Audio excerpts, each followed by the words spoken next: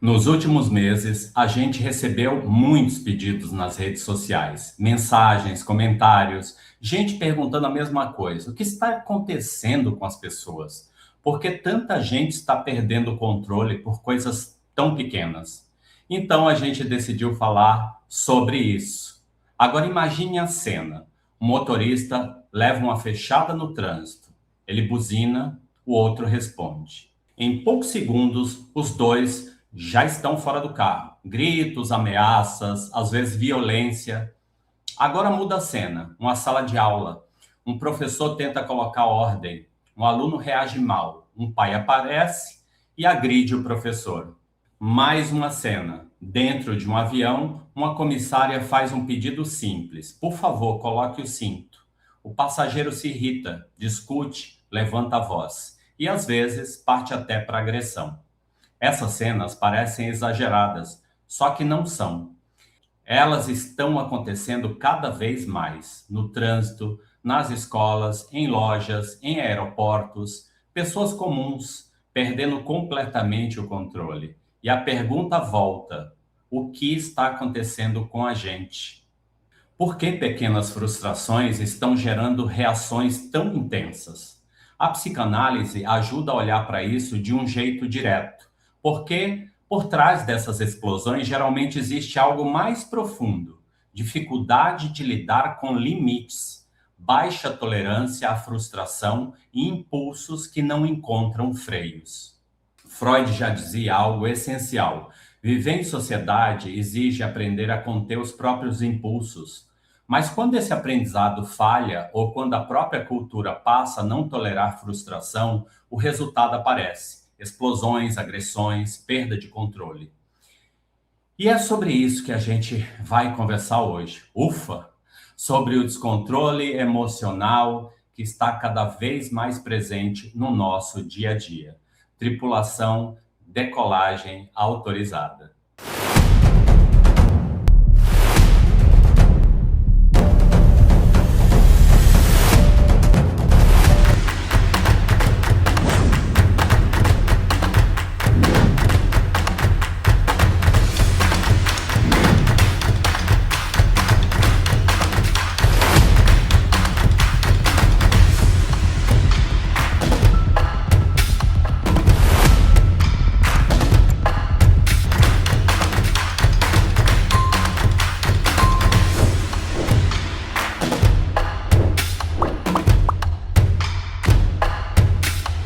Agora pense em uma cena comum. Um carro muda de faixa, outro motorista se irrita, uma buzina, um gesto. Em poucos segundos, tudo muda.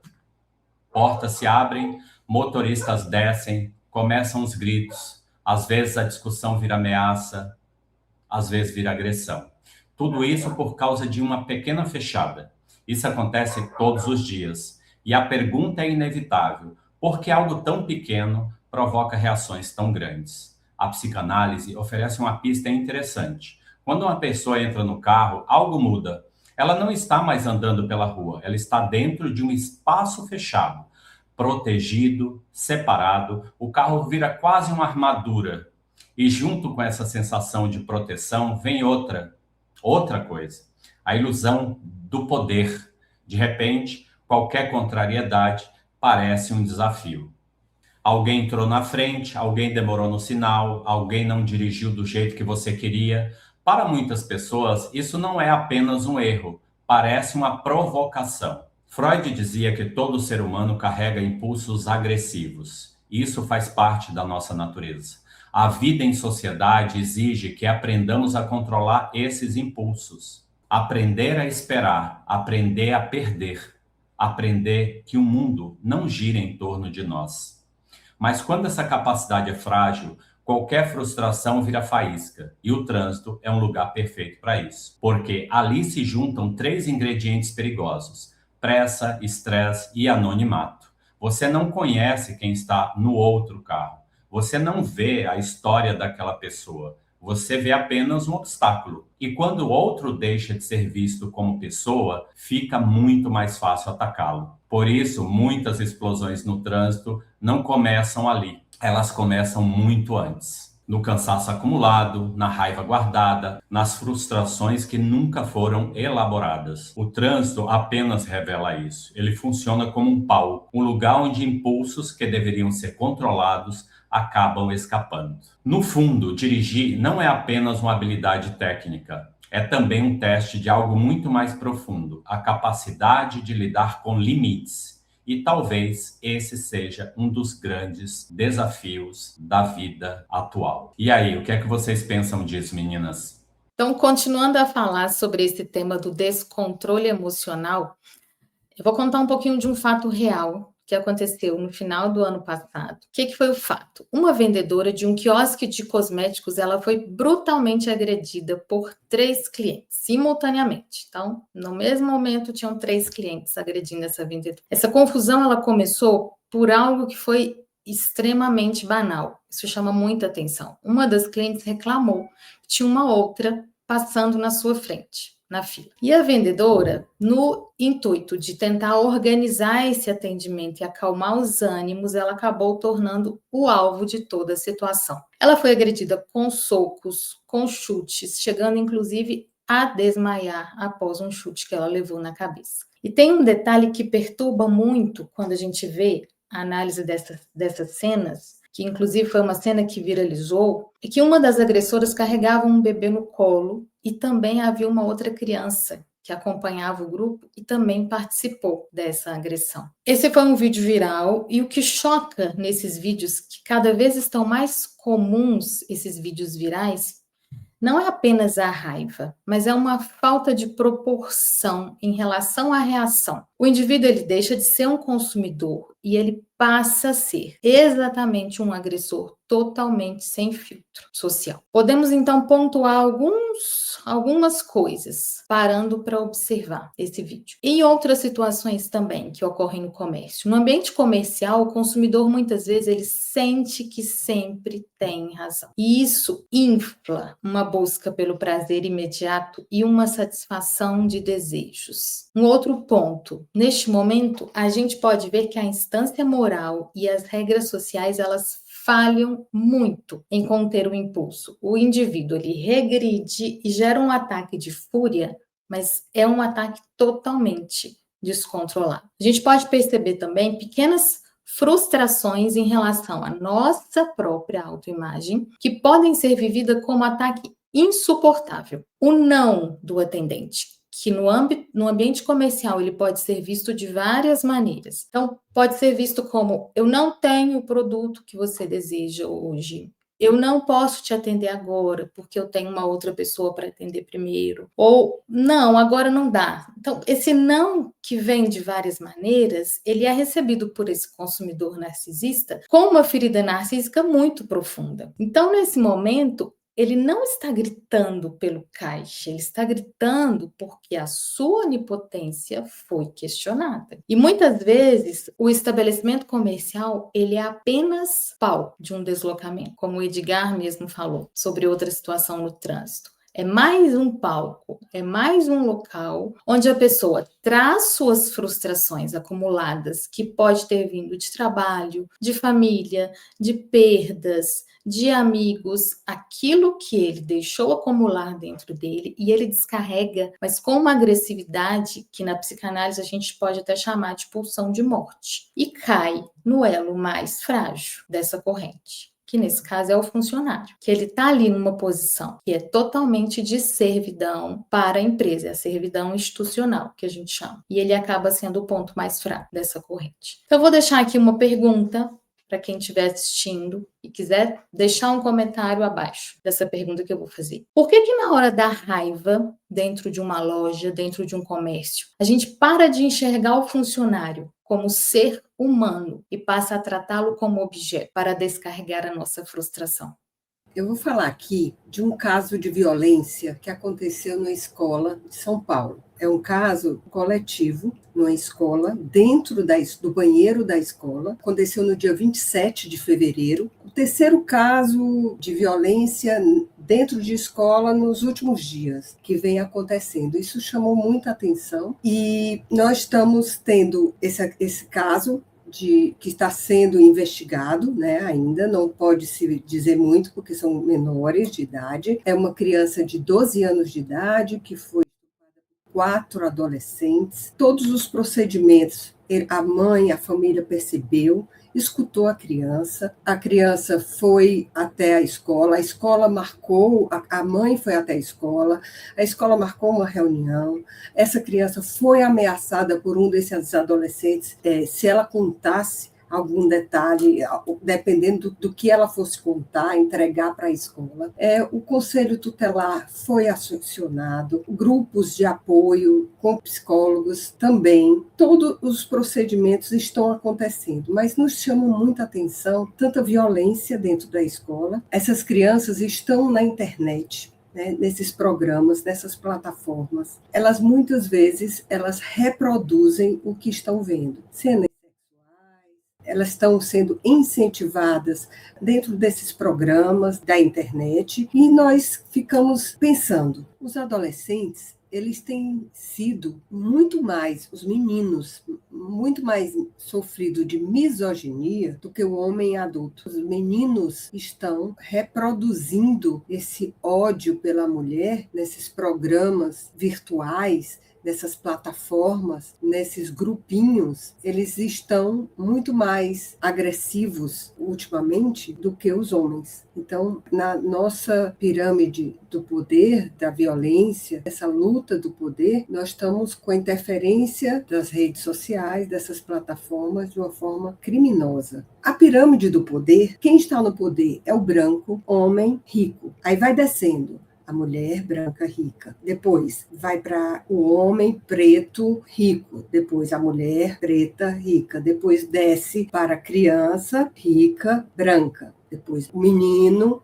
depois a menina. E essa ordem, ela acontece das desigualdades sociais. E não está correspondendo, na atualidade, não está correspondendo. Por quê? Porque os crimes e as atrocidades de violência estão acontecendo na adolescência e realmente não é com os adolescentes de classe média baixa. Quem não sofreu bullying na escola? Eu sofri. E sei que a pessoa já volta totalmente arrasada e pelo menos tinha tempo dela conseguir respirar, entrar em contato com a família e tentar superar. E mesmo assim é muito difícil. Imagine isso 24 horas, porque continua, acontece na escola e a coisa dá o prosseguimento numa velocidade e numa exposição terrível. Então, tudo que acontece de violência ainda é filmado em tempo real e imediatamente divulgado entre eles. Eu tenho uma notícia boa, é que a partir do dia 17 de março, o ECA Digital é uma lei para proteger crianças e adolescentes nas mídias, na internet, onde ele tenta restringir pela idade. Cada programa, por exemplo, para participar do Discord, que é um programa que os adolescentes estão participando, estão sendo muito estimulados para a violência, tem que ter e provar 18 anos. TikTok, 14 anos. O Instagram, 16 anos. Essa lei, ela passou a ser bastante discutida mais recentemente por conta da influência do FELCA, toda aquela discussão de adultização que aconteceu em agosto do ano passado. E no dia 17 de março, nós tivemos essa lei já sendo utilizada aqui no nosso país. 99% dos adolescentes de 15 a 19 anos, eles têm contas nas redes sociais. Então, essa lei do ECA Digital também está sendo chamada de a lei do FELCA. Então, nós temos que ver que na escola que existe os bullying, agora nós temos o cyberbullying, que é justamente esse bullying que acontece, sai da escola e já está no mundo, já está na internet. Os efeitos são fortíssimos e os responsáveis, a solução qual seria? Os responsáveis são a escola, a família e a sociedade. E a responsabilidade civil, a lei já está em vigor e nós temos que ver como podemos ajudar e efetivamente acabar ou diminuir toda essa violência que está acontecendo nas escolas e na internet. E E aí a educação, que é responsabilidade da família e da escola e do poder público também, temos que estar vigiantes. Quando eu contei o caso que tiveram, a família percebeu, a escola fez reunião, o Estatuto da Criança e do Adolescente foi acionado, com apoio de grupos e tudo mais, mesmo assim, nós temos ainda que estar juntos, porque essas crianças, esses adolescentes,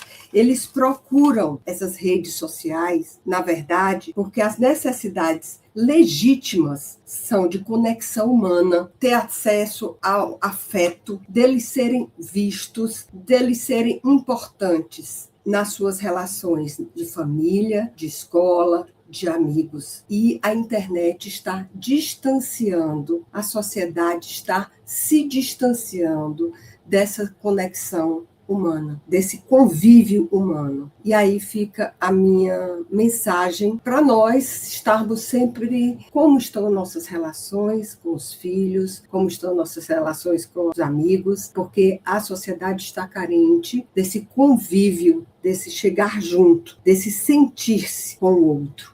Bem, eu vou trazer tema voltado para a agressão no aeroporto e no avião. Hoje em dia a gente tem visto muitas notícias trazendo pessoas que chegam no aeroporto e elas não estão mais dentro do horário de embarque. E o que acontece? Eles avisam que ela não vai conseguir embarcar.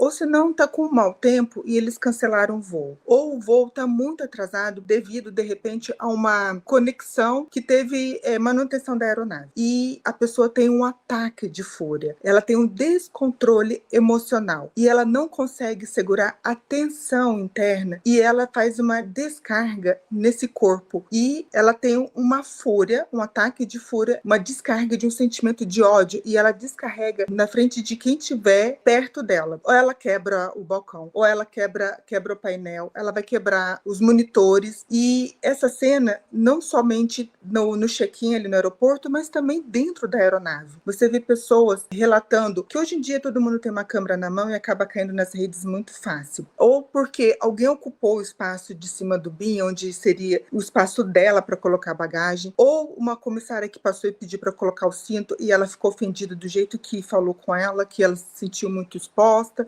Ou, de repente, o espaço dela fica muito restrito porque o da frente resolveu reclinar a poltrona. E hoje em dia, a gente sabe que está cada vez menor os espaços entre os assentos. E as pessoas se descontrolam e tem um ataque de fúria. E aí, pensando sobre essas situações, o que eu queria trazer para vocês? Um olhar voltado para os processos psíquicos dessas agressões. Quem está olhando de fora vai comentar que é uma atitude descabida, é um sentimento que não cabe naquela situação, que poderia ter reagido de uma outra maneira, que poderia ter conversado, entrado em acordo ou negociado, mas não. A pessoa, ela tem um ataque porque ela foi contrariada, frustrada, se sentiu privada, algo que ela não conseguiu, que ela, naquele momento, ela gostaria de ser atendida e não entende por que acaba perdendo esse controle. E como é que a gente faz essa leitura? Acaba que ela tem uma desorganização devido a essa intensa carga interna. E como é que quem que sofre? Sofre é o ego, porque o ego se sente ameaçado com a invasão dessa tensão interna. E ele tenta reagir. Só que por falta de recursos psíquicos, ele acaba se defendendo, contra-atacando. Ele vai reagir, vai ter uma reação, vai ser de uma forma de contra-atacar. Ele vai, numa carga no corpo, vai usar da parte motora para poder tentar dizer desse mal-estar dele, desse incômodo. É como se ele tivesse sido afetado e vai afetar aquela pessoa que está o incomodando. E falta recursos psíquicos para ele poder encontrar uma saída muito mais elaborada, muito mais madura do que só descarregar no corpo. Ele não utiliza do psiquismo. Ele vai, de uma certa maneira, ele é impelido a fazer uma passagem ao ato. Ele não pensa. Como as pessoas dizem, ele é nervoso, dizem, ele só viu sangue nos olhos, ele atacou e não pensou em nada. E muitas das vezes acaba que quando abaixa essa tensão, que ele estava se sentindo tão ameaçado, a pessoa ela não entende por que ela teve aquela atitude, ela tenta pedir às vezes desculpa, ela diz, eu não entendi porque o que aconteceu comigo, eu senti muita raiva, eu me descontrolei, eu não entendi, eu não sabia como contornar aquela situação. E aqui fica o meu convite, de procurar uma análise, um psicanalista, um analista para poder te ajudar a poder encontrar saídas muito mais criativas, elaboradas, falando de uma simbolização, falando de uma elaboração psíquica, para poder dar conta desses mal-estares que não está sabendo como poder contornar situações que poderia ter evitado tanto constrangimento. Se esse conteúdo fez sentido para você, tem um jeito simples de ajudar. Deixa seu like, se inscreve no canal. Isso faz toda a diferença e permite que a gente traga mais conteúdo como este para você. E me conta aqui nos comentários, o que é que você achou? A gente se vê no próximo programa.